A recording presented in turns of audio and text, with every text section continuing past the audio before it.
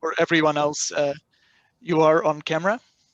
And then let's kick this off. So it's my pleasure to introduce Professor Roger Melko. Roger is a Canada Research Chair in Computational Many-Body Physics at the University of Waterloo in the Department of Physics. He's also an adjunct faculty in the Parameter Institute. Roger has been instrumental in studying quantum materials and quantum many-body systems, and he's one of the proponents of unifying machine learning with quantum mechanics, and such is a very fit speaker at this conference. So Roger will give us a talk about generative models for quantum states. Please take it away, Roger. Thank you very much. I hope I'm coming through. Yeah, thanks, Matthias. Thanks to all the organizers. It's been a great, it's been a great workshop or conference so far. I've been to all the 7 a.m. talks Eastern time. I don't know why. I'm a glutton for punishment. So today I want to talk about some of the work that we have been sort of promoting in our group at the University of Waterloo in the Perimeter Institute up in Canada. And I've shown a picture of the kind of extended group of students and postdocs at Perimeter and Waterloo who are interested in these types of topics that I'm going to mention here. Of course, the background picture is in better times, but you'll see a few names that will come up.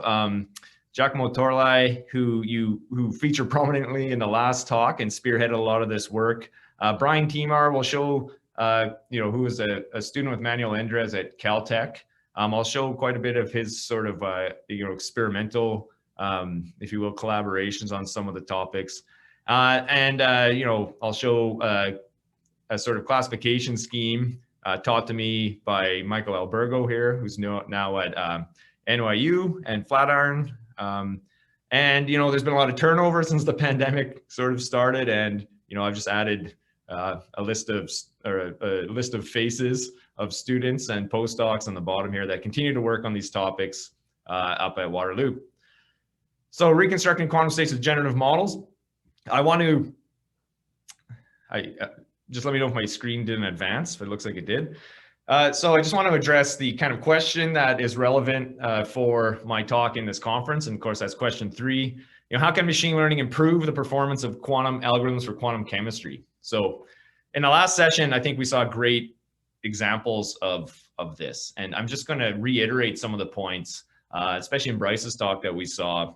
And one thing, I think one way to phrase the answer to this question from my perspective is through generative models, like we saw a little bit in the last talk.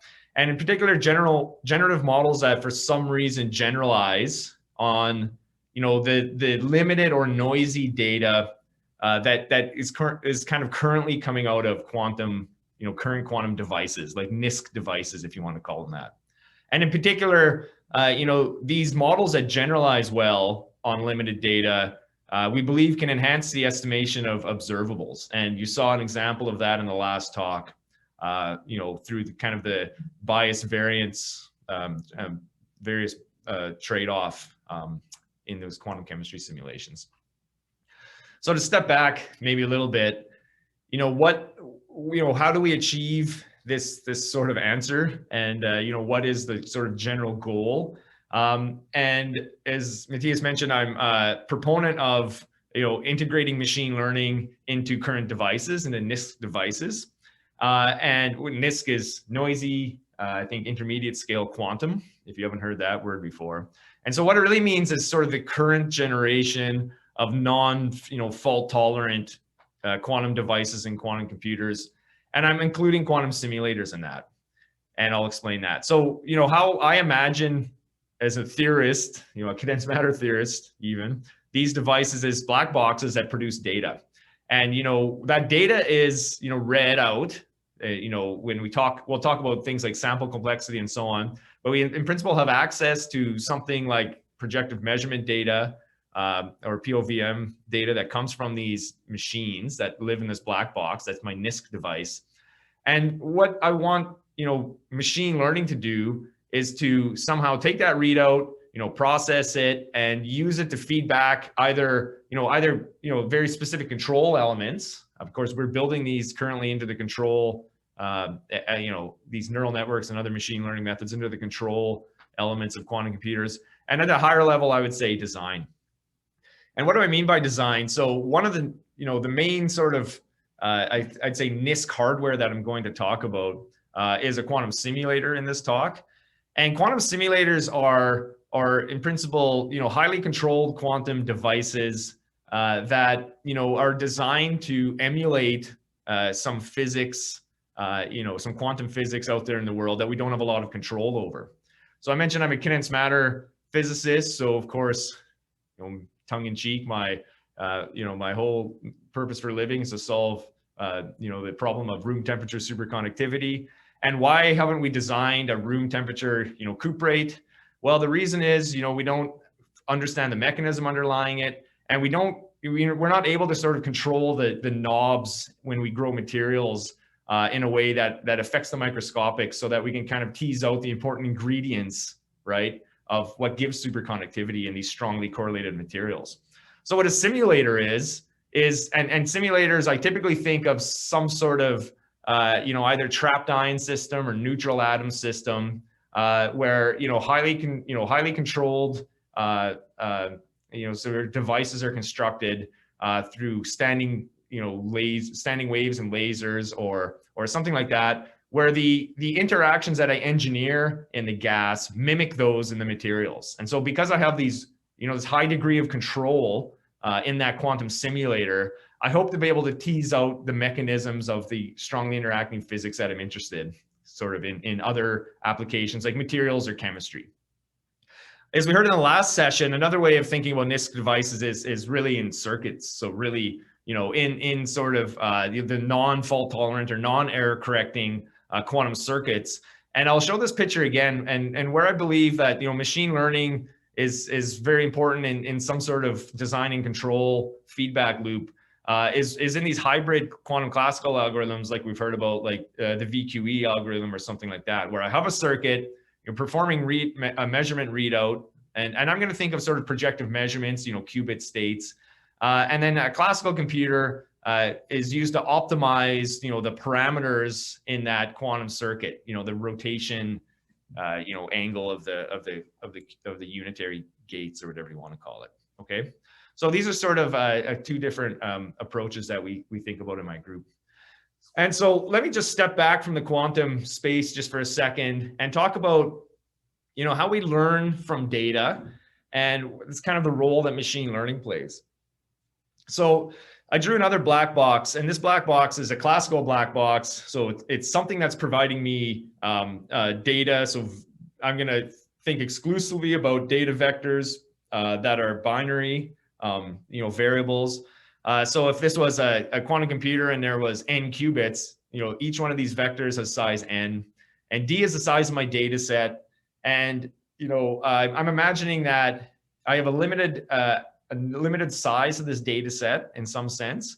I can't produce maybe billions and billions of measurements, but I might be restricted to hundreds or thousands or millions or something like that.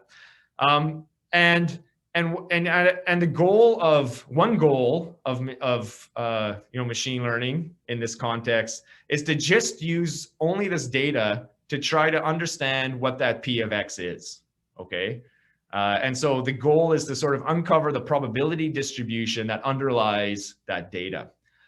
So this is a classic setting sort of in machine learning, which in unsupervised learning, there's no labels associated with this data. Each one of those data vectors could be a picture of a face or a picture of a cat or some other thing, but I really want to talk about qubit states as I move on. So we don't have a priori knowledge of this probability distribution. You don't know the P of X that underlies all the pictures of cats on the internet. And we're going to use that same philosophy to reconstruct the state of a quantum computer or a quantum simulator, exclusively from data. And the way we're going to do that is by optimizing a set of parameters in what I'm going to call a model, not to be confused with a model Hamiltonian for you condensed matter physicists out there. But a model is going to be some set of parameters that encodes the relationship between the different variables that lead to these data vectors, if you will. Okay, and I'm going to call those parameters lambda. And the sort of the learning setting, or the goal for learning, is to adjust all of the parameters, which I'll talk about in this model, so that it matches the black box probability distribution as close as possible. And why do we parameterize a model? I think this in some sense is a way of thinking about generalization. So this is a simple conceptual point, perhaps. Number one, I emphasize that the data that you're getting access to might be severely limited. And so if I'm thinking about a quantum computer, a quantum simulator, you might have some shot budget. You might only be able to, prepare, the state so many times. You might have some, issue with coherence. Whatever it is, you might only have access to so many settings, if you will, in a tomographic sense. We're assuming that we have limited data and on multiple qubit devices. Okay. And so what generative models are, which I'm going to introduce in the next few slides, are parameterized models that rely on some sort of inductive bias. And and that's just, I guess, machine learning lingo for assumptions in the model. And what that inductive bias allows us to do is to generalize. Okay, so to generalize to data not seen in the training set, and I'll discuss why that's important. So kind of very schematically here. If I had here's a histogram of data, that's obtained from some experiment. And, if I have some underlying distribution and I want to figure out what it is from that data, and I have, hundreds of thousands or millions of measurements, like in this case, well, I can essentially read off the distribution, just by binning the frequencies, and it'll be a very accurate, approximation of that distribution. But if I only have 100 measurements, or a few hundred measurements, or 1,000 measurements, or something like that, constructing the histogram and using that as a direct approximation of the probability distribution, like in blue on the right-hand side, will give you problems because you have empty bins, you have all sorts of, statistical, if you will, fluctuations. But if I have a good parameterized model, which I've represented in the red, okay, in this case, you can try to guess what it is. If there's 2 parameters, and I can fit those parameters to that data, then once I have that parameterized model, I can do all sorts of things with it, like we saw in the previous session, sample from that, or, figure out the likelihood of say missing bins here and so on. So the power of a generative model is in the parameterization in some sense. It's in fitting that red curve with some assumptions or some bias built in. And this was mentioned previously, but I think it's worth emphasizing, how do we train a model when we don't, know the underlying black box distribution? In principle, so what we want to do is we want to, fit the blue curve, which is my model now, to the red curve, which is the black box distribution, which again, we don't have knowledge of. We only have these samples that we've drawn from it. And so that defines an optimization problem, typically through something like a KL divergence, which we saw in the last talk, okay, which is written down like this. But I think one powerful way of looking at this is to just imagine, trace over X, P of X log P lambda X, which can be written as an estimator for log P of X. And that's called, either the log likelihood or the negative log likelihood. And, it doesn't rely explicitly on P of X, the black box distribution. It only requires samples X, which are drawn from P. Okay, so there's a powerful way of taking the data and defining a cost function, and then optimizing, say, through gradient descent or something like that, the parameters in that model. Okay.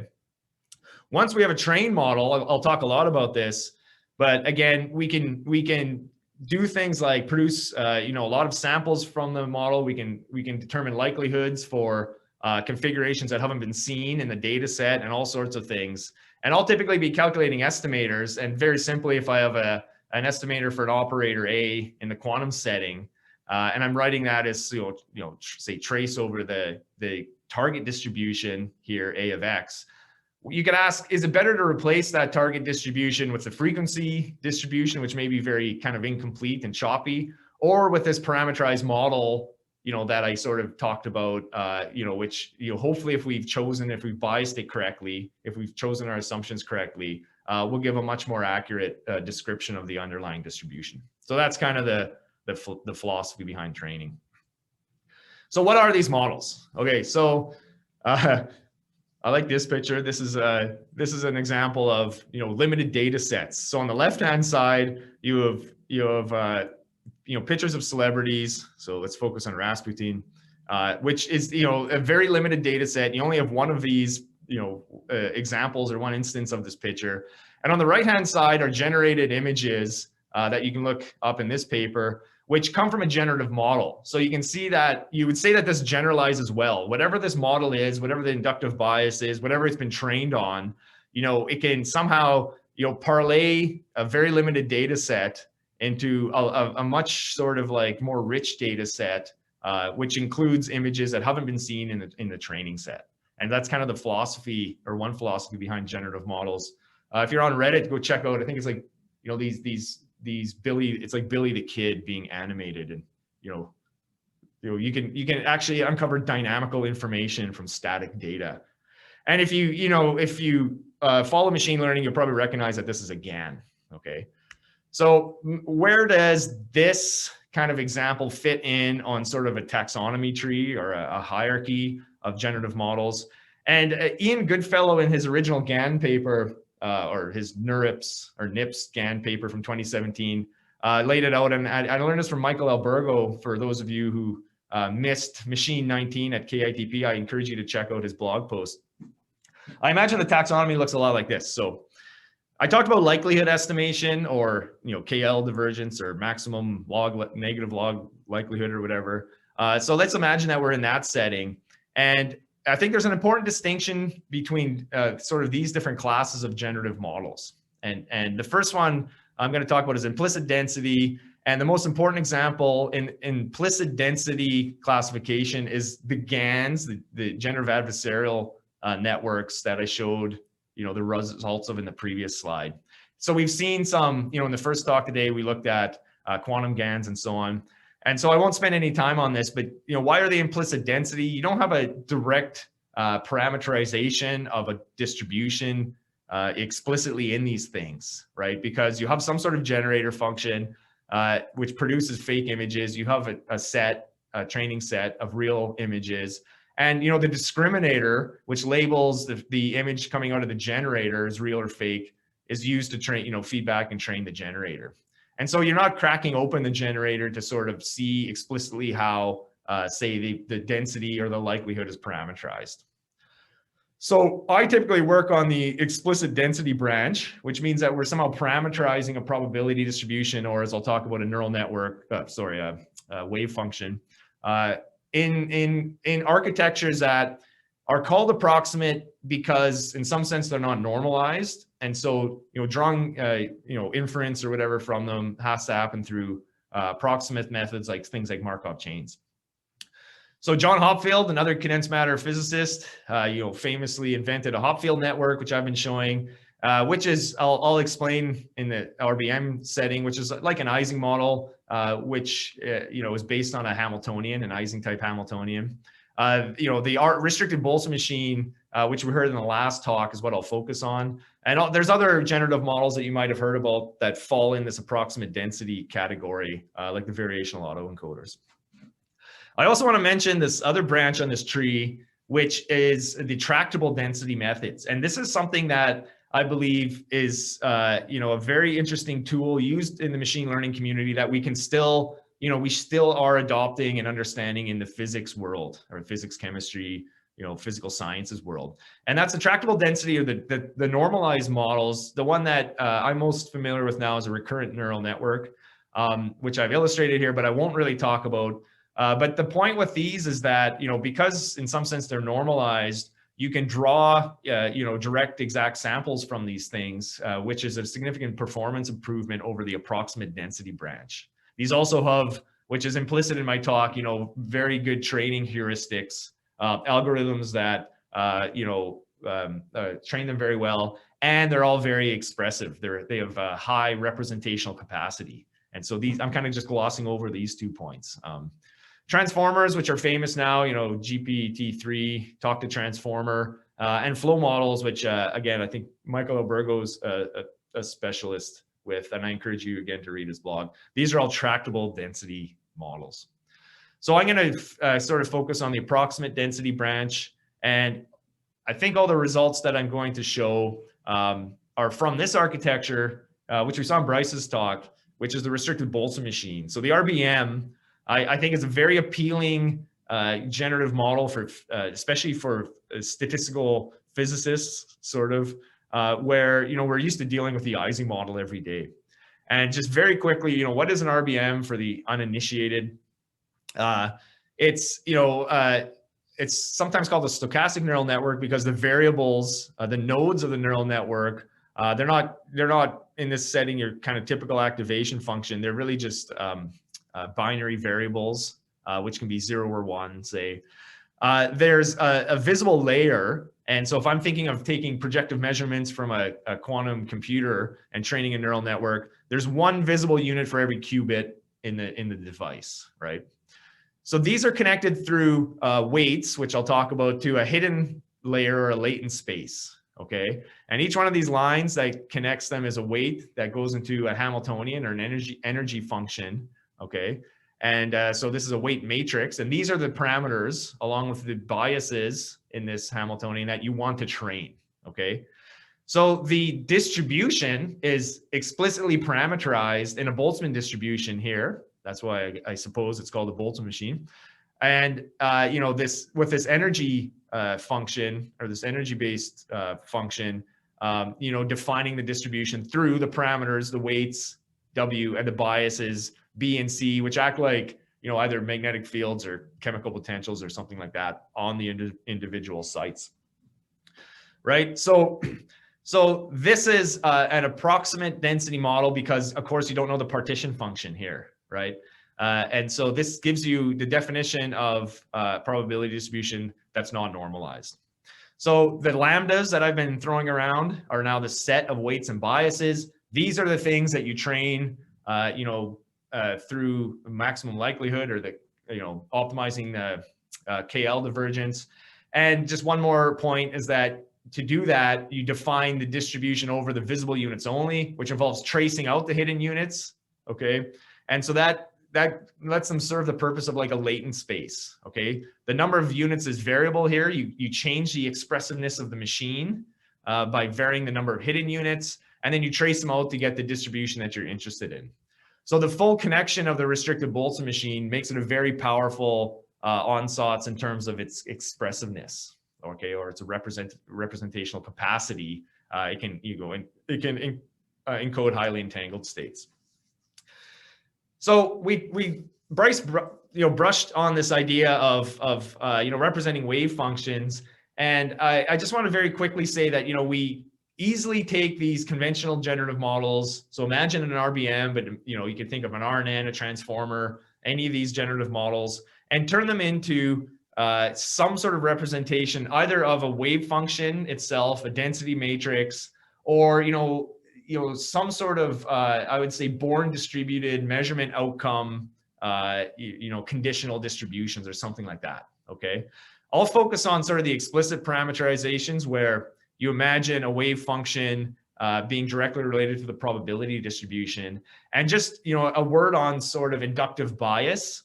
You know, we can bias in different structures, and we saw that again in the last talk, into these generative models based on assumptions we have on the state.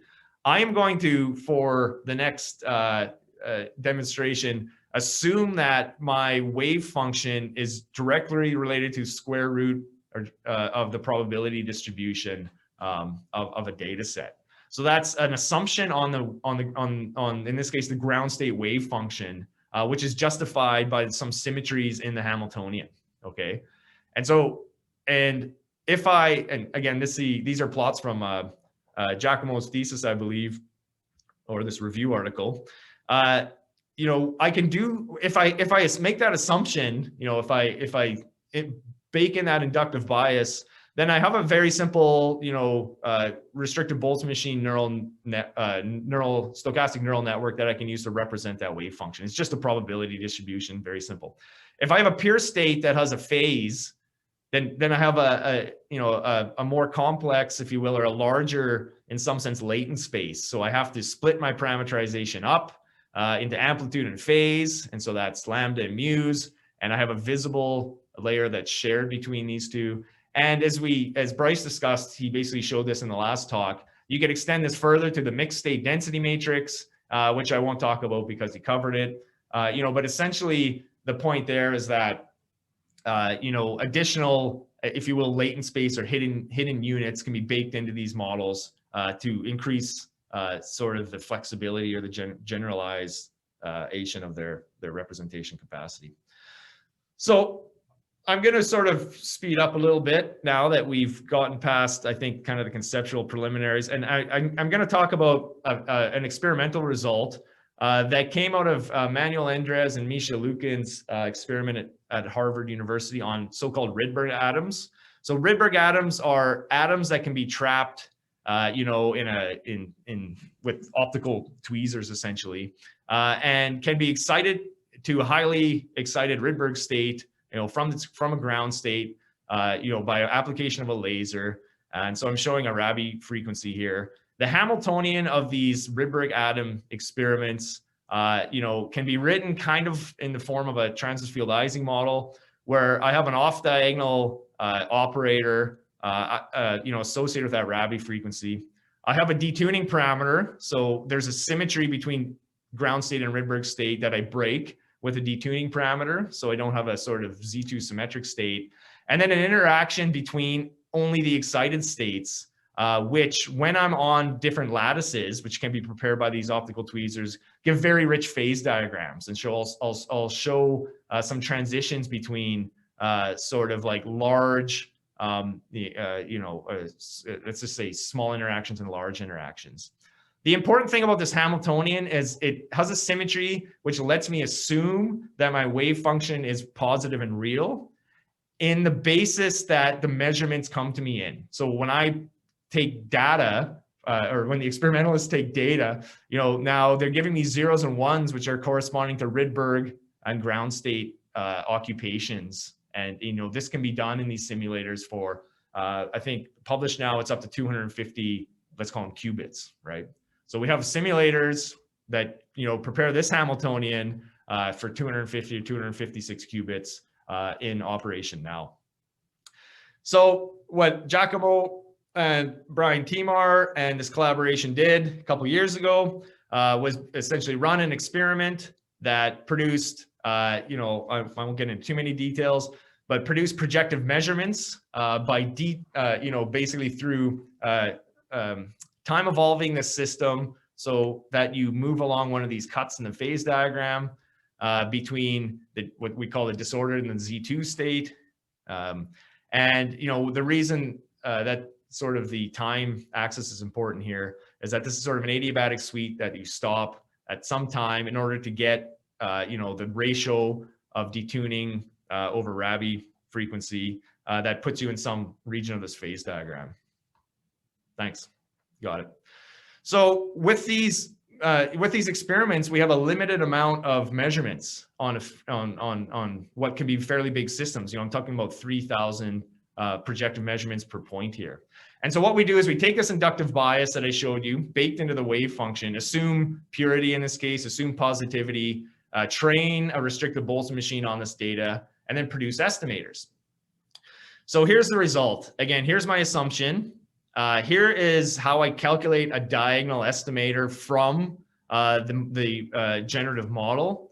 ED is exact diagonalization. It's the, this is an 8 or 9 atom system or something like that can be diagonalized. So we're testing whether or not the experimental result for the Rydberg occupation matches the underlying model. And then the RBM is, data that's being, data that's input into a generative model, trained through maximum likelihood, and then used to produce a diagonal estimator. And you can see everything matches great. You go from the disordered to the Z2 state, and this, what I'm calling sigma Z here, decreases through that phase transition I showed on the previous slide. Where in some sense, the generalization comes in is if I need to access something like off-diagonal observables, and Bryce touched on this too, because having the wave function is very powerful. So once I train this onsats, it's like I have a representation of my wave function that I can use in the form familiar to VMC people called the local estimator to get off-diagonal observables like the expectation value of sigma x. And this again is something that isn't directly it's not directly accessible from the experiments. We're assuming that the sort of histogram. Okay, so anyway, we're making certain assumptions, but and why is this important? Because this allows us to feed back into the experiment, kind of like I mentioned on my second or third slide.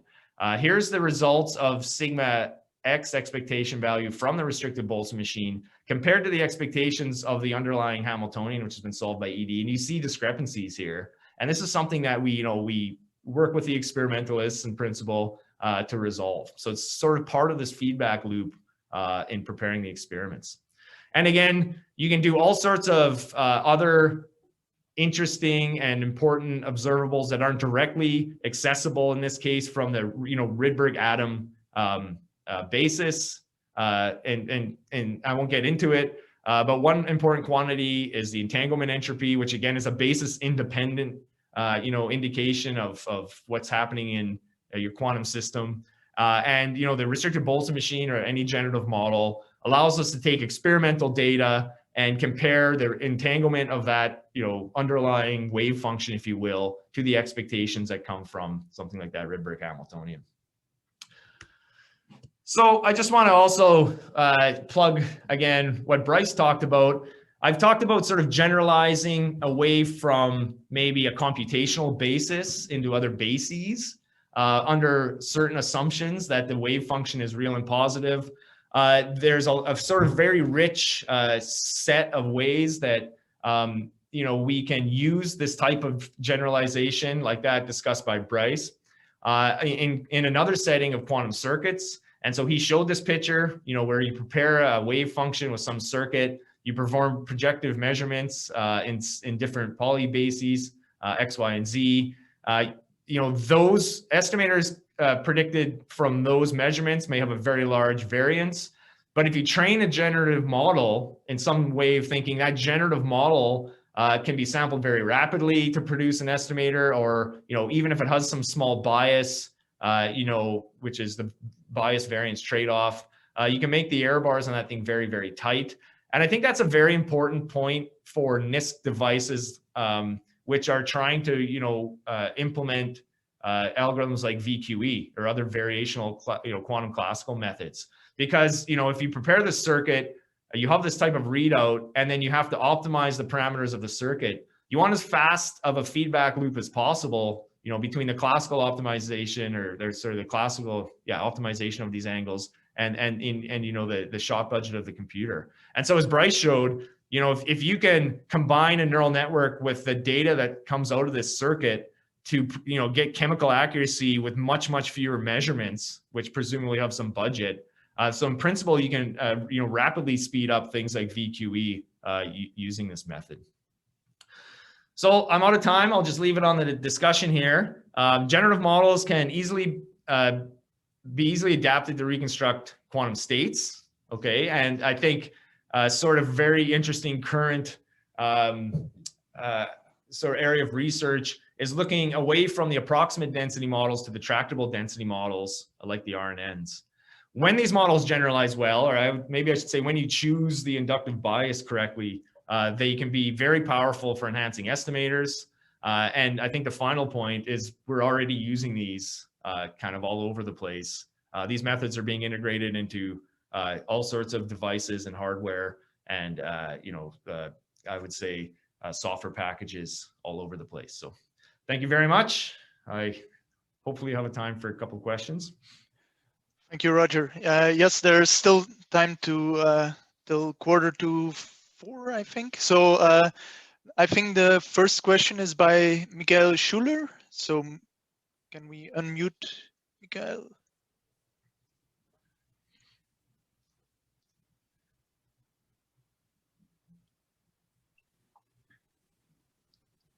Can you hear me now? Yes, we can. Okay. Yeah, my question is actually, you use this real-valued positive wave function ansatz for doing this analysis of the Rydberg machine. Can you also do something like this for 2D or higher dimensional setups, or would you need to use a complex wave function then with these 2 Boltzmann machines you've showed? Yeah, good question. So I kind of skipped that slide, but the ability to use the real valued wave function depends on the sign of the off-diagonal piece of this Hamiltonian only. And I have it with the wrong sign here. But anytime the Hamiltonian in whatever basis you're in, like this Rydberg basis, anytime, as long as all of the off-diagonal matrix elements of the Hamiltonian are negative, okay, which can be done with a very simple unitary transformation in this case, because it's a site operator. So anytime that's true by the parent-Frobenius theorem, the ground state is real and positive, irrespective of dimension, okay? So I showed one-dimensional results, and I skipped this slide, so thanks for the softball question. But where I really want to apply these results is on 2-dimensional Rydberg arrays, which are under intense study sort of by the Harvard MIT groups now. And the reason is in these, so here is a Kagame lattice Rydberg system. In these phase diagrams, there's very interesting, for condensed matter physicists, phases of matter, in particular Z2 spin liquid, which may exist in some regime here. And there's a lot of interest in discovering, the properties of this part of the 2-dimensional phase diagram. So because of the form of the Hamiltonian, because of this assumption, even in this dimension, this method or this proposal of reading out data in the Rydberg basis, training a real valued wave function, calculating the entanglement entropy, constructing something like a topological entropy to look at a spin liquid, this is kind of an active research area. And so absolutely, to answer your question, 2-dimensional or higher dimensional Rydberg arrays can be attacked with this technique. Oh yeah, great, thank you. Thank you for the answer. And I think Johannes also had a question. Yes, hi Roger. First, thanks for the talk. It was great. And my question is, those plots you showed for those RBM predictions for the off-diagonal or non-diagonal observables. I mean, the difference between the prediction, is this from the exact diagonalization, is this like a problem that the RBM method is not powerful enough, or is it that the experiments have some issues? Again, a great question. So when you get into, I'm going to wax philosophical here, but when you get into the regime of quantum supremacy, which means that you can't exactly maybe simulate some of these devices, this question becomes very important, because how do you know that your RBM is trained? That's kind of another way of phrasing that question.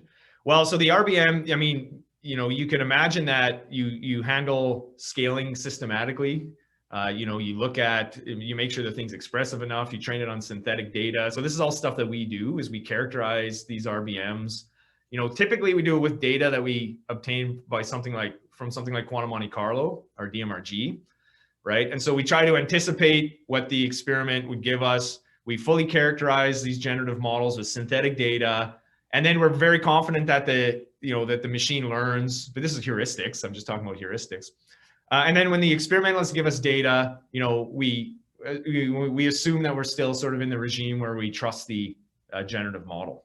So, and in this case, I believe that's true. So when I'm looking at this discrepancy here, this is experimental discrepancies from what they expect, okay? And the RBM is, and same with the entanglement entropy.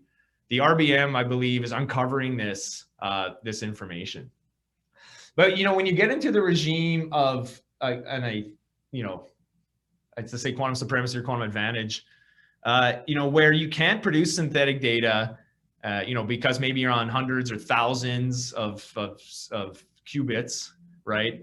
to sort of a priori train or to characterize these generative models, I think you get into this interesting question of how do you know what's going on? How do you verify and characterize, this sort of like tomography method, which isn't really tomography, as Bryce explained, using these neural networks. So it's an open problem, and I think it's very interesting.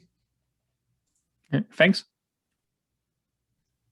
I had a question myself as well. So is the choice for classical states related in any way to the sign problem of Monte Carlo?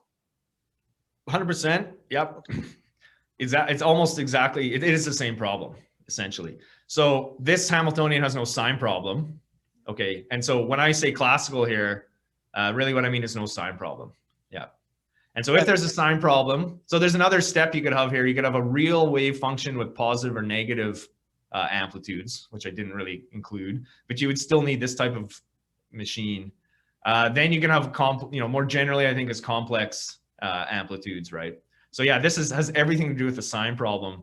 And that's why I think in some sense, these are interesting experiments, because there is no sign problem and they can be simulated with stochastic methods like quantum Monte Carlo, in principle.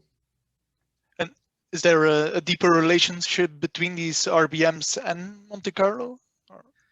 I think they're very, very close to Monte Carlo methods or Monte Carlo onsauts. And one place where that's important is here. So, any of these Hopfield methods, RBMs, when you sample these things, you have to do it with Markov chain Monte Carlo. And that's, again, because it's an approximate density method. So if I look here, this is, when I encode a probability distribution like this, and I look at this, classical RBM, how do I produce samples? It's through Monte Carlo. It's through precisely Markov chain Monte Carlo methods. And so, that's why I think it's very important that, moving forward, the community looks a lot more at these tractable density models, which don't have some of the downsides of Monte Carlo methods, which are, essentially autocorrelation times or autocorrelation functions, in this sampling. All right, thank you. And with this, I think we had our last question, and then it's time for us to go to the next talk by Johannes Jakob Meyer from the Free University in Berlin. He's a PhD student with Jens Eisert, and he's currently on a long research stay in Copenhagen. And Johannes will talk about sensing and getting more out of quantum sensing with variational methods. Yeah, thanks, Matthias. So quickly share my screen. Okay, yeah, now you should see my screen. And yeah, first I want to thank the organizers for organizing this very nice meeting, and want to say that I'm also quite humbled by speaking in the company of Roger and Matteo.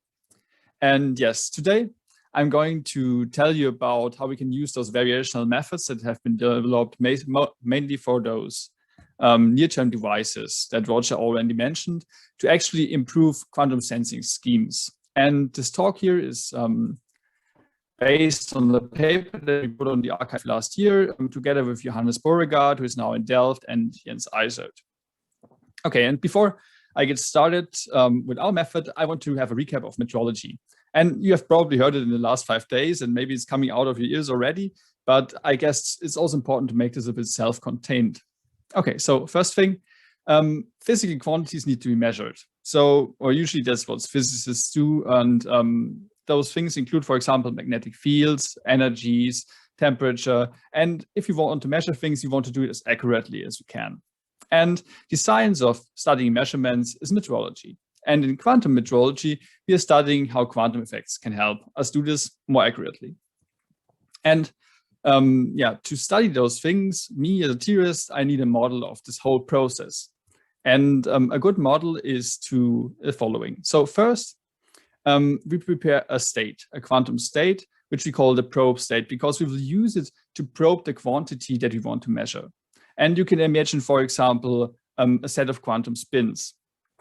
And now this probe state is undergoing what we call here an encoding evolution. So there's some kind of physical interaction with its environment that encodes the quantity you want to measure. For example, imagine again, there's a spin, and the spin is like doing some rotations under the influence of a magnetic field. So, and after this evolution, this that depends on the strength of the magnetic field, for example, the probe state will have changed, but it depends on the exact value of the parameter to what kind of state it changed to. And I don't know if you see it clearly, but this is like a bold phi. So we are actually treating the case of having like vectors of parameters. For example, a magnetic field has 3 spatial directions, so we can measure all of them at the same time, for example. And now, after this encoding evolution, we have to perform some kind of measurement to get out some classical data, because we are fundamentally classical beings, so we can't like see the quantum state. So if you want to work with this, we have to measure something.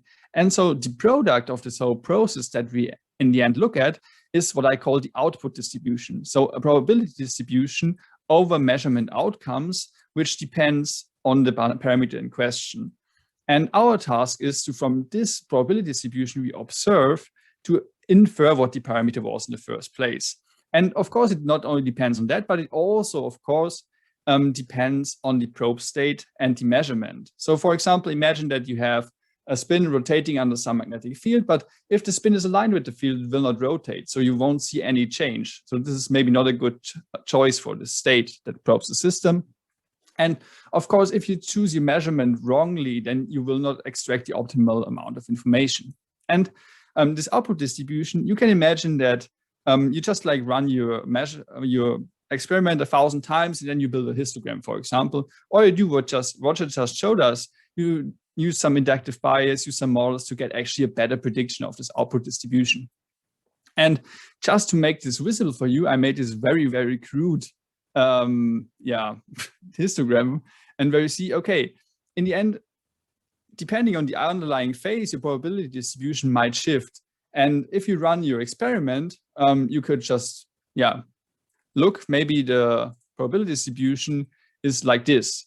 And this is what you observe in your experiment. This is the histogram you found. And then you say, okay, maybe a smart way to infer my parameter is to say, okay, maybe the phase is 0.862, because this is the phase that would give us this histogram in the first place. But of course, you also only have like finite runs of your experiment, so there will be some error. And because there will be some error, and this experiment with the probes that you can choose, with the measurements you can choose, has so many moving parts, we need a way to characterize how well we are doing. And this we can do, or to do this, we first need a little bit more formalization. And this is also what Roger just talked about. So what we are essentially doing is we look at this probability distribution and we build an estimator for the underlying probability distribution. And in the rest of this talk, I will assume that this estimator is actually unbiased.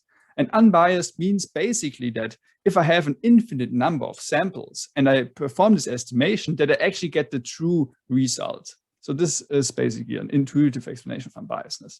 And now, and this is a very central thing in this whole field of quantum metrology, you can quantify the performance of any such estimator. And remember, this is like a vector valued estimation by the Kramer-Rao bound. And so first, let me explain what this is. So on the left-hand side, we see the covariance matrix of our estimator. And you can imagine this as a matrix, and the diagonal contains the variances of the entries of this estimator. And of course, if your estimation varies a lot, then it's not very precise, and so you don't have a good accuracy. So you want to make those variances and also the covariances on the off diagonal as small as possible. But you can only make it so and so small, and this how small you can make it at the end is determined by the right-hand side. And first you have this 1/n factor. So if you take more samples, you will get better, which is very intuitive. And you have this other factor. And this here, this quantity I phi, which is also a matrix, is the so-called Fischer information matrix. And this is also one of the most central quantities people study in like the theory of parameter estimation. Okay, so first thing, this Fischer information matrix itself is a measure of how much this histogram here, this PL, changes if you vary the parameters. And it's a matrix because you have a vector value quantity, so you can vary it in multiple directions. So, and the higher this Fischer information, the more the probability distribution, this histogram changes when I turn on my parameters. So high change of this probability distribution means that if I see a specific probability distribution, I can be more sure about my estimate of phi, because if phi would be different, I would see a wildly different probability distribution in a certain sense. And of course, the other way around too. If the Fischer information is small, then I can't be very sure about my estimate. And because we want to actually have a low bound on this variance, we have to take the inverse of this matrix. So high Fischer information means low inverse, means low covariance. And I think like a very intuitive way of understanding is just to see that the trace of this matrix on the left-hand side is just the mean squared error of this estimator. So, okay. And now I also put this M here, this specific measurement we take, because of course, if we do a different measurement, we will also get a different probability distribution. We could also do a measurement, forget some results, and then we would have less events, for example. So it's very crucial to choose a good measurement and to make this I here, or this inverse here, as small as possible. And as I just told you, that this Fischer information matrix encodes how much the probability distribution changes, you can also look what happens to the quantum state that underlies this probability distribution before the measurement. And if you look at how much this quantum state changes, you can actually find a more fundamental bound. This is the so-called quantum Cramer-Rao bound. And this F here, this curly F, is the quantum Fischer information matrix. And this is also the same intuition. So it encodes how much the quantum state changes. And of course, if your quantum state changes a lot under the parameter, it's good for your power estimation at the end.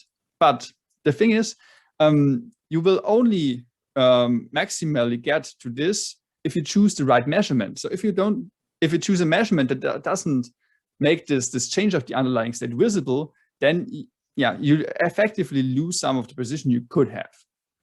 Okay, and now I want to recap what I just told you. So first thing is that the sensing that we are doing in this quantum metrology, quantum sensing, it's just like a classical problem in the end. So we want to estimate these physical parameters from a classical probability distribution about our measurement outcomes.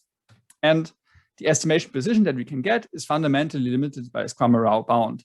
And one very important thing about this Cramer-Rao bound that I forgot to mention is that you can actually achieve this bound.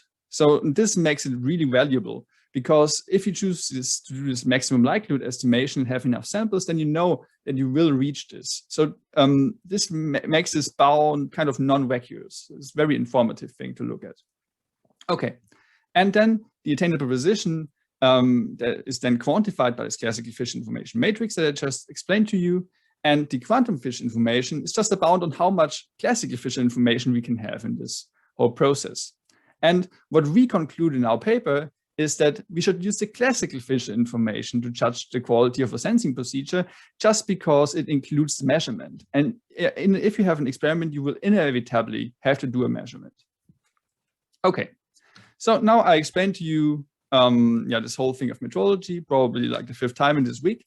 And now we want to do this in the most optimal way that we can achieve in an experiment. And to do so, we have to find both optimal probes and measurements. And this can be complicated because devices are notoriously noisy, and those noise models might be very complicated. And what's even more problematic in many cases is that you also have limitations inherent in the device. So for example, you can only do certain kinds of gates, or certain kinds of gates are more noisy than others. And you have to take this into account because the noise will be detrimental to your whole sensing scheme. Or you can only do certain measurements. For example, in the optics community, people are just like happy if they can get away with just homodyning things. Yeah? So all those limitations have to be taken into account. And what we propose is that to use those NISQ techniques, those variational algorithms that Roger also already talked about, and to use this to find near optimal probes of metrology. And I want to just like recap how this works. So basically what you do in all those variational approaches, not only in ours, is you have a quantum circuit, and on a certain quantum device, imagine like, for example, like one of those near-term quantum computers, IBM, Google, you name it. And you prepare some kind of quantum circuit, and you have some parameters, for example, angles of rotations about the Bloch sphere. And those angles are flexible. And you just like initialize your circuit with certain parameters, and then you get some classical output, like the output probability distributions that I just showed you. And this is fed into a classical computer, and there's some kind of cost function is computed that encodes the problem you're interested in. And in our case, we want to find the cost function that encodes how well we are performing this metrology scheme. And then we want to dial in new parameters to eventually lower this cost function in an iterative loop. And we're not the first ones to think of applying those strategies in the context of quantum metrology. But prior work, they only focus on single parameters and use surrogates for the quantum Fischer information. So I think we have something to add there. Okay, so let's first talk about this ominous cost function that we need to quantify how well we're doing. And first, before I tell you how we're exactly doing it, I actually want to add a little twist. So what we will do is we will also consider post-processing of the parameters. So basically, if we have a function of the parameters we're interested in, not the parameters themselves. So for example, imagine interferometer, where you actually have two phases, but you are only interested in the difference of those two phases. So physically, you have two physical parameters that influence your experiment, but you're interested only in one parameter, namely their difference. And if you directly optimize for this difference and not for those parameters themselves, then we'll actually get a factor 2 improvement. So including this post-processing is adding very non-trivial effects to your sensing optimization in the end. And yeah, Matthias. Oh, sorry, got it. Yeah, good. So yeah, I have to hurry up a bit. So the thing is that you will get the Fischer information matrix with respect to those post-processed parameters from the original ones just by knowing the Jacobian of this transform, which is an easy thing to do. And what we now do is actually a very simple strategy. We need some kind of scalar to minimize, and we will get the scalar from applying a weighted trace to this Cramer-Rao bound. So weight means you just also have to go up to the possibility to choose some of the coordinates that you're more interested in than others. You can also just imagine that this W here is an identity matrix, and then you just get a lower bound on the mean squared error of this estimate. And this is in the end our cost function. And to calculate this, we need to calculate the Fischer information. And for this, there's actually a simple formula. And the two ingredients we need is one, this PL, and this is just like the output of our experiment. This is the histogram we talked about earlier. And what we also need are the derivatives of those output probabilities with respect to the physical parameters. And we could get those by finite differencing, but in most cases, we can actually be smart and exploit a thing which is called the parameter shift rule. So we can actually get the derivative of this histogram by evaluating two histograms at shifted parameters in shifted points in the parameter space. So if we want to have the derivative with respect to the chafed parameter, we can just like shift the chafed parameter pi half in one direction, pi half in the other direction, and take the difference, and so get the derivative. So with these ingredients, we can actually evaluate the classical Fischer information matrix. And with that, we can also use this whole machinery of libraries for quantum machine learning that take care of all those differentials and auto differentiation, whatever. So we can actually do a gradient descent-based loop and reduce this cost function. Okay, second recap. So this classical Fischer information matrix is calculated for this output from those output probabilities and from their derivatives. And the derivatives can be calculated with this parameter shift rule. And then this Fischer information matrix with respect to the post-processed parameters can be computed using this Jacobian of the post-processing, which is also an easy thing to do. And the cost function in the end is obtained from a weighted trace of this Cramer-Rao bound. So, and I explained to you, yeah, quite some length that this Cramer-Rao bound is a very fundamental thing and a good quantifier of how we're doing with our experiment. Okay, and yeah, you should have a look at the paper if you're interested in extensions of this algorithm, for example, to include prior knowledge in a Bayesian approach. We also provide a parameter shift rule for noise channels. So if you're actually interested in estimating parameters of a noise channel, for example. And we also give details on how to actually implement those parameter shift rule in experiments where you don't necessarily have access to the physical parameters to shift them.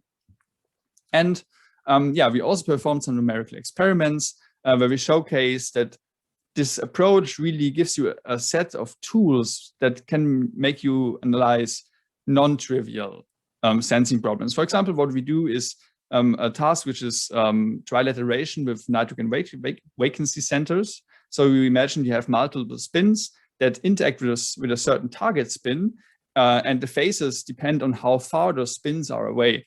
But the things or the quantities you're interested in are not those phases, but they're actually just the position, the X, Y, and Z coordinates of this other spin. And there we can really make use of this post-processing and really showcase this non-trivial interaction that comes in when you do those post-processings. Okay, yeah.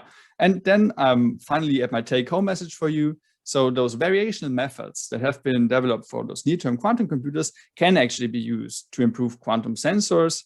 And I think this is a very viable application for those near-term quantum devices. And with that, I would like to thank you for your attention. Here you also find a link to the paper. I also made a demonstration based on this quantum machinery library Penny Lane, where you can really see how this stuff is implemented. And on my website and in the Slack channel, you will find the slides of this talk. Yeah, okay. And with that, I'm happy if there's some questions. Thank you, Johannes. So no questions yet in the Q&A. If you have questions, please raise your hand so that we can unmute and you can ask your questions straight to Johannes. No. Otherwise, I'll also happily answer them in the Slack later. So, Johannes, so more practical questions. Are there people currently using this sort of thing in practical applications of quantum sensors, or is this? Not so far, but we're actually in collaborations with people from Stuttgart that do NV sensing, and yeah, I'm trying to building something there. But I guess at some point in the next month, probably somebody will also come up with some application of this. Yeah. I mean, an interesting application is also to see this as some kind of way to calibrate your sensing, to just like perform this at certain times, and then in that way, for example, to account for drift in your experimental setup. Yeah. So I mean, I think this is a very viable thing to do. Okay. So there is a question by Matthias, I think, in the panelist chat. Ah. The question is, have you considered feedback? Yeah, in what sense? That is also something I do not know. So maybe we can unmute Matthias. Can you listen to me? Yes. Yeah. Very nice talk, Johannes. So I wonder if you consider feedback when doing the measurements. It does sometimes it helps to improve your target quantity, say. Yeah, I still don't get what you mean with feedback. So I mean, do you mean feed forward? So informing, okay. Well, informing the measurement, informing your next measurement by your previous measurements. Okay. Yeah, I think that I know those more as like adaptive approaches. I mean, it's like there's probably also a split to the community in what you call those. No, we didn't. But it's very well. I mean, in the end, this whole thing is kind of adaptive. So you run your experiment once, get your statistics, calculate your Fischer information, then you feed this back and get a new set of parameters. So in a certain sense, this is an adaptive approach that kind of uses the feedback you get, but not in that direct way, I guess, that you mean. Amazing, thank you. Yeah. All right. You have time for one more question if there is one. All right. No more questions. Thank you, Johannes. Yeah, and thank you, Matthias. We're off to the last talk of this edition. So Matteo Rosati will give us a talk right now. Hi, Matteo. Hi there. So Matteo is a Marie Curie Fellow at the Autonomous University in Barcelona. He did his PhD work in Roma, and he's going to talk to us about a topic in quantum communication. And he will talk about optimal coherent state discrimination. So please take it away. Thanks a lot, Matthias, for the introduction, and thanks Roger and Johannes for their nice talks. And thanks to the organizers for taking care of the conference and having me talk today. So I have the honor and duty of closing up, let's say, the conference. I hope this will be a bit entertaining for you. This is a work we published last year on Physical Review Research. And most of the numerics was done by Matthias, who was doing a PhD with us in Universitat Autonoma de Barcelona. So this is a work that presents and applies some techniques which probably you have not seen so far during this week to a problem which is more or less in the same class of problems that everybody has talked about from the quantum community. What we were focused on is essentially calibrating, so finding an optimal setup of a quantum device using, however, single measurement results, not having to do averages, wait to sample a lot from our system and use those knowledge, but directly use the single measurement results. So I'm going to talk briefly about the class of problems to which we apply this and some kind of motivation. Essentially, this is again an optimal decoding problem applied to the decoding of quantum signals. And the methods we're going to use are methods taken from reinforcement learning. This is, let's say, the more complex cousin of machine learning, which was, if you want, pioneered in recent years by AlphaGo with groundbreaking results. And the application will be essentially the calibration of a small quantum device using single measurement outcomes, as I was mentioning. So, a bit of motivation. A theme of research in quantum information traditionally is the transmission of of classical information, on a quantum channel. So why should we even care? Essentially because when we transmit information over our optical fibers or in space and orbital communications, the transmission distance is a very important parameter.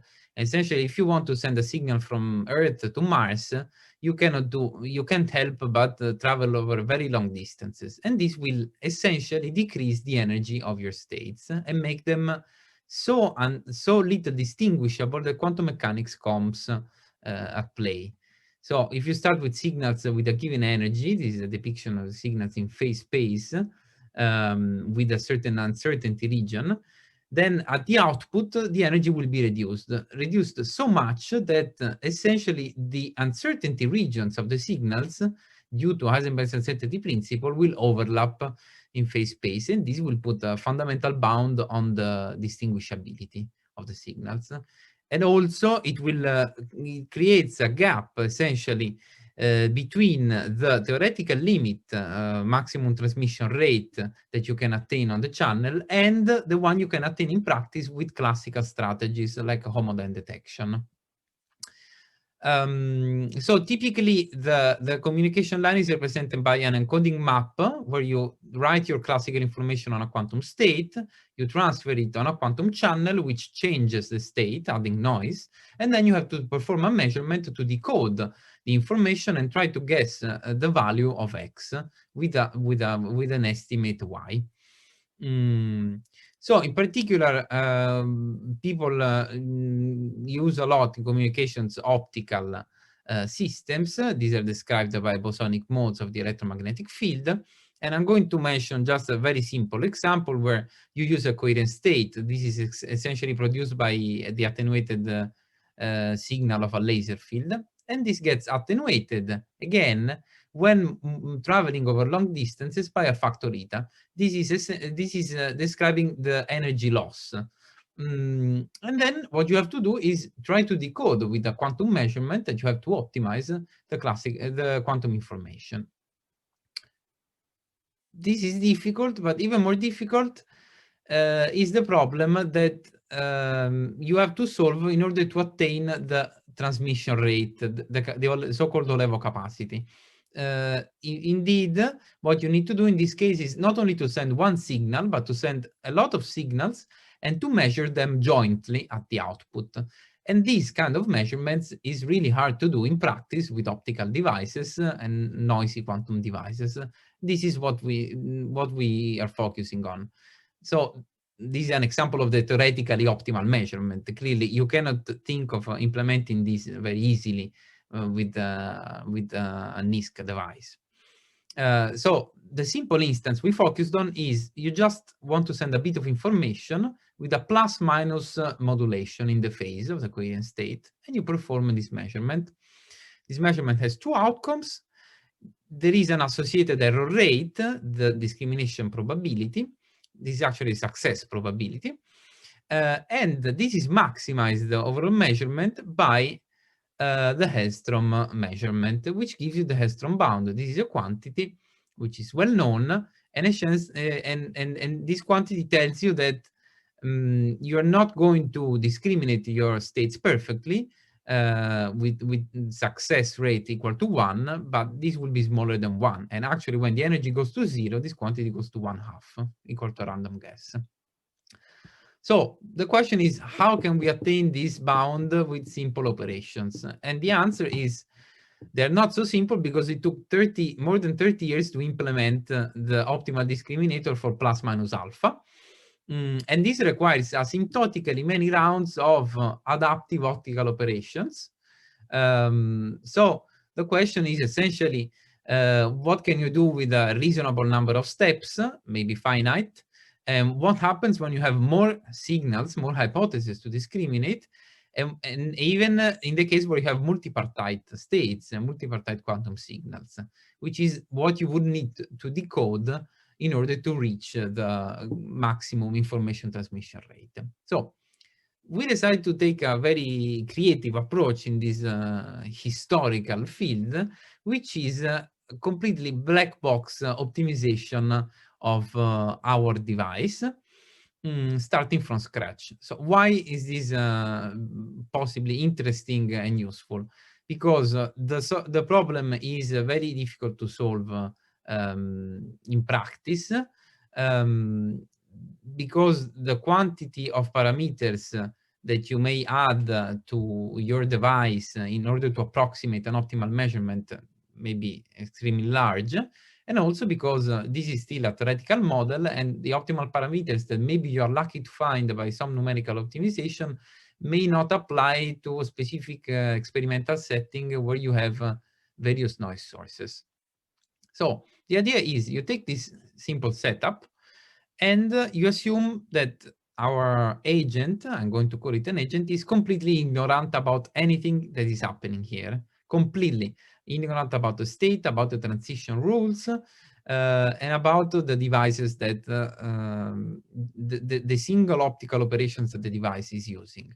And then the agent has to try blindly to press buttons and gets outcomes. And with these outcomes, essentially, at the end, the agent will make a guess.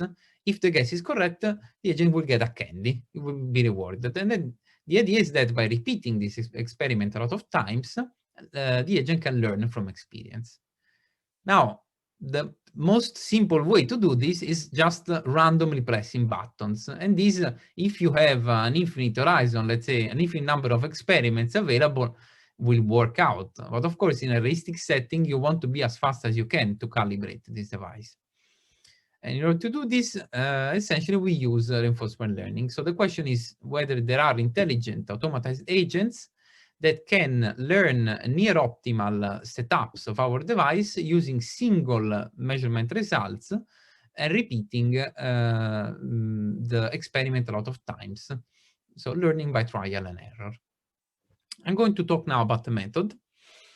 So we model this process as a Markov chain, which is characterized by an observation, an action, a reward, and another observation, and so on and so forth. So the environment gives a certain output, and the agent acts on this environment as a response of the feedback it got, if you want. So let's start from the action. The agent acts on the environment, and the environment can give some information, which is in our case the click, which is partial with respect to the whole representation of the environment of everything that is going on, and then possibly a reward. And based on this, the agent will make a guess for a new action, and so on until the end of the experiment. So two quantities, two probabilities are important here. The first one is the policy, which is the thing that the agent controls. It's a probability that the agent will make action A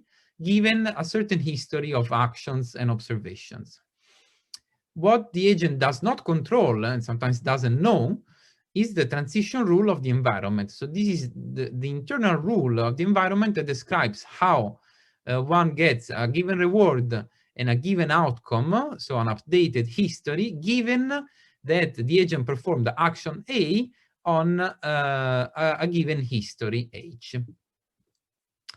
So to understand the basics here, it's nice to make example of navigating a maze. So imagine you enter here, you have to exit here, you don't know where the exit is, okay? The white squares are the walls. So for example, you could make one of these, one path, one possible path is this one, and this will be associated with a given total reward, which is called the return. Another path is this one, and essentially, given a certain history, when I find myself in this spot, I have the choice to move to one of my nearest neighbors. And this would be the action that I can take from this history. So for every history and action, depending on my policy, so my probability of taking a given action, I will associate a certain value to this action and history couple. And this is called the Q function, or the state action value function. It tells you how good it is to take a certain action if you have a certain history. Importantly, there will be an optimal path, and this will be provided by optimizing overall policies, overall strategies, which will give you the so-called optimal Q function, which satisfies this equation. This equation depends, importantly, on the transition function. So if you know this transition function, which happens in some cases, the problem Matteo? is... Yes? It looks like your slides are frozen at the chicken. So the chicken movie has broken the slides. Fantastic. So I will briefly repeat it. Okay, so it's still like that. So maybe you need to unshare and share again. I think the video might have broken a bit. We'll never do that again. It is cool though. Okay. So how do I share again? Here it is. Okay. Do you see my screen now? It's still loading for me, but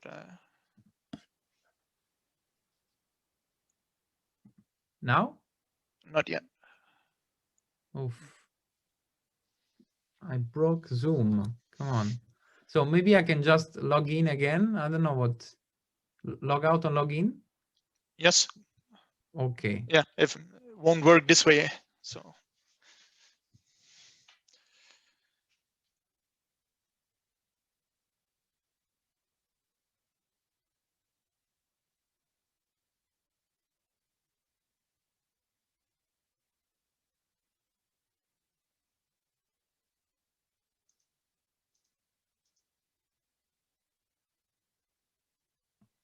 Okay, let's try it.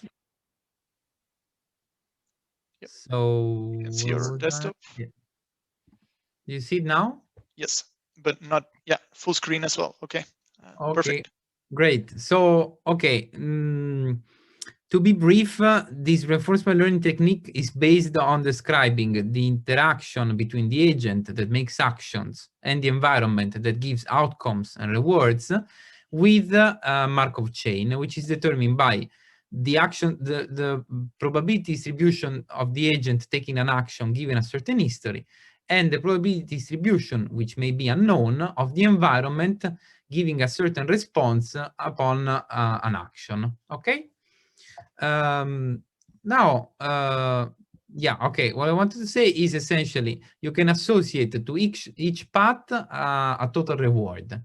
And then the moment where you are at a given history, so at a given point in your path, and you can take a certain action with some probability, this associates also a state action value function. This is the average return that you expect to get in the end by performing action A at point H. Also, the optimal policy, the optimal strategy is associated to an optimal value function. And this, in practice, can be solved if you know the transition probability, which happens when you know the map, essentially. This is, for example, when you have a maze or a problem when you want to win in chess, you could do this. But the problem is, oftentimes, this is too complicated. The scale of this is too large, like in protein folding, or in playing StarCraft, like AlphaGo does. Or even, as in our case, you may want to do this also because you have an imperfect description of something that could have experimental noise. So when the model is not known, you have to find a way to solve this. And you use Q-learning. Q-learning essentially tells you how to update an estimate to keep a table that estimates the Q function by telling you how to update the table when you did an action A and you got a certain reward.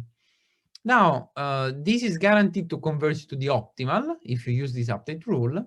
The problem is you still need to know how to take actions in an optimal way. You can do that at random, like the chicken, but you can do that epsilon greedy. Epsilon greedy essentially interpolates between the random action with probability epsilon, which means you want to explore possible new actions and setups which are good and you haven't explored, haven't seen so far, or going greedy with respect to the current estimate. So taking the best action as far as you know, which means trying to exploit the results that you got so far. And this is a typical trade-off in reinforcement learning. So in our case, the actions are the displacements, the observations are the photodetector outcomes, and the reward is 1 only at the end and only if you guess the right state. With these choices, the optimal Q function is the maximum success probability of our setup. And we analyze a very simple case, actually 2 layers and 21 discretized displacements. But you see the number of operations increases exponentially with the number of layers. And so already with this, you have a number of setups, which is order 10 to the 3. Moreover, you need to sample each setup a lot of times if you want to get a real number, because each time you get a binary reward. If you want to evaluate how good a setup is, you need to sample it more than one time. The figures of merit we analyze are the real-time success rate. This is the average reward after T experiments, and the success probability of the best action according to the knowledge of the agent at time T, after experiment T. We plot these two quantities as a function of the number of experiments. And the first thing we're going to check out is this line, which corresponds to 1 greedy. So this is the chicken taking actions at random. You see that the success rate is 1/2 because this guy is never improving his real-time success rate. However, the probability at the end is almost optimal, meaning that in the end, the chicken has been exploring so much that it has found a very good setup of the device. However, we want to be smarter. So you see here, by taking epsilon smaller than 1, we have various strategies which improve in both figures of merit actually, and they're able to beat, for example, after 10 to the 3, which is a number of experiments equal to the number of setups, the black line, which corresponds to the best classical technique, if you want. So we already see that we are able essentially to get close to optimal calibration, and also get a decent real-time performance, because of course, since you're throwing away a lot of experiments, if in the meantime you are able to win some of your guesses, you're quite happy. But we wanted to improve on this, because you see there is a trade-off. The strategy which has the better real-time success rate actually does not converge to an optimal, a near optimal calibration.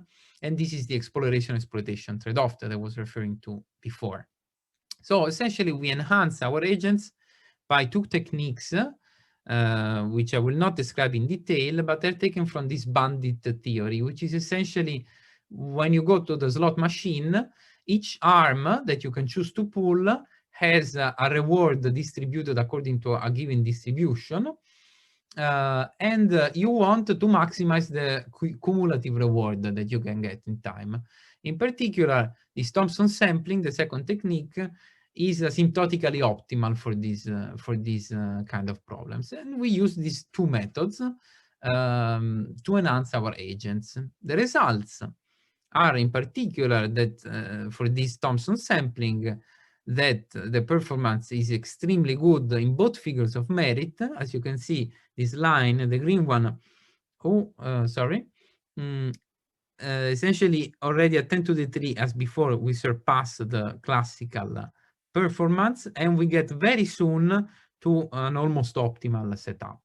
And in the meantime, we have also gained an increase in the success rate, which also goes to the optimal one, essentially. Finally, since we are, again, treating the problem completely as a black box, this is inherently robust to noise, in the sense that here we're plotting several sources as a function of several noise parameters in the setup, the performance, okay, actually closing up, maybe a sped up because of the chicken, but so essentially here we're plotting for several noise cases. For example, this is a phase flip, this is a dark counts, and this is energy fluctuations, the performance of our best algorithms, and the theoretical optimal that you can achieve with this device. And you see that the performance is not particularly affected by the specific value of the noise parameters. This is a feature which is intrinsic of our approach.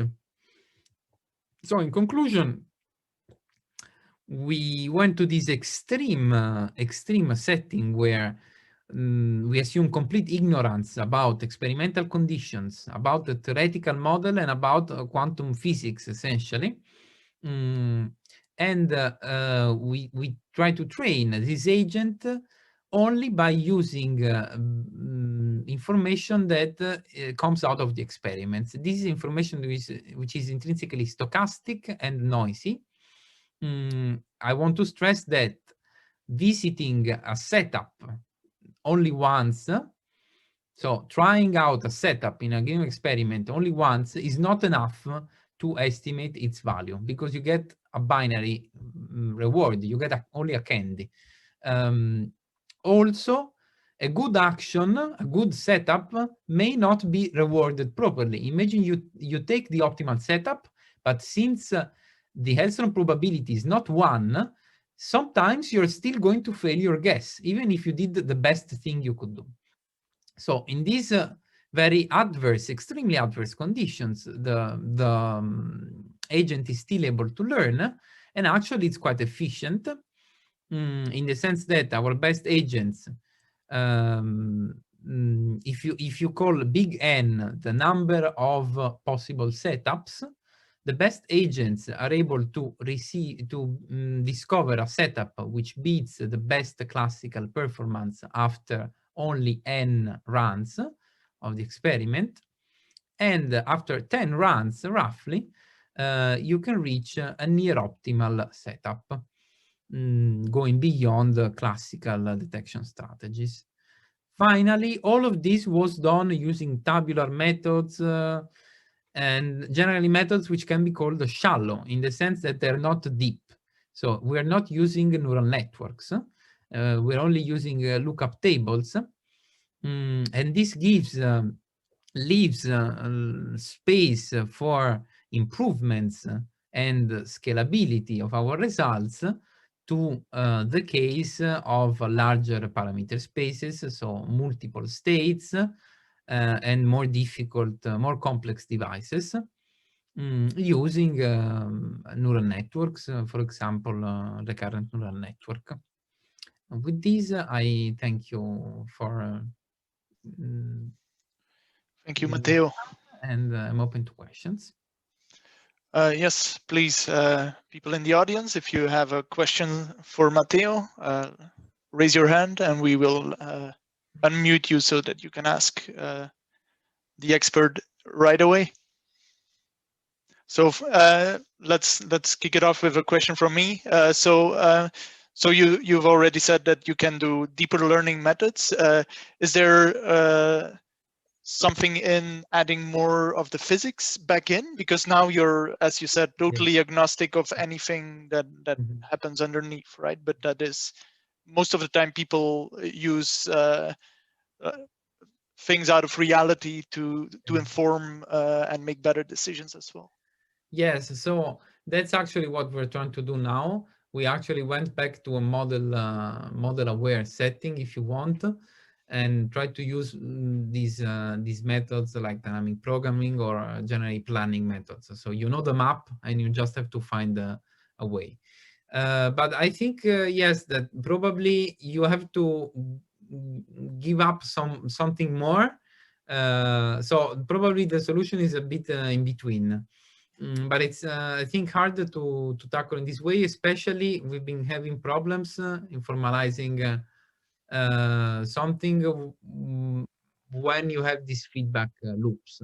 So if you try to do something using like variational techniques, for example, you run into the problem that the feedback operation is not something that you do after actually do a learning step, but this is really a feedback which is physically inside the device. And so this is something that we're trying to tackle at the moment. Thank you. I see no more questions. If you have a question for Matteo, this is your last chance. Okay, then that concludes the last session and the last talk of the conference. So I want to thank Roger, Johannes, and Matteo for giving us these great talks, and I'll hand it over to the organizers